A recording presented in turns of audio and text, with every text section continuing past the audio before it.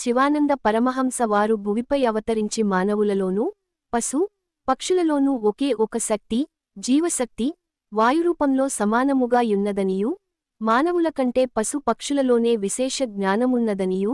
అందులకు కారణం వాటి శ్వాస ఏకగతి లో నున్నదనియూ మనలో కూడా నిద్రలో మాత్రమే ఆ ప్రాణం ఏకగతి లో గతాగతం చేయుచున్నదనియూ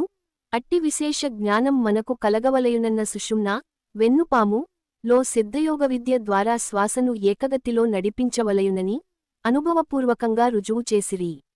వారి అనుభవాన్నే సిద్ధవేద మను మోక్ష సూత్ర గ్రంథరూపంలో పొందుపరచిరి. జగత్తులో ఇన్ని మతములు లేవనియూ